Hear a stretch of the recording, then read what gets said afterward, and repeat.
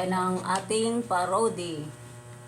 Kasi hilig ko pong mag-video okay, kaso pag nag-upload ako ng mga kanta mga lods, napapalo po ako ni Lolo. Kaya try po natin gumawa ng parody, baka sakali pong hindi na tayo mapalo. Para po to sa aking mga subscriber na sa Bungero.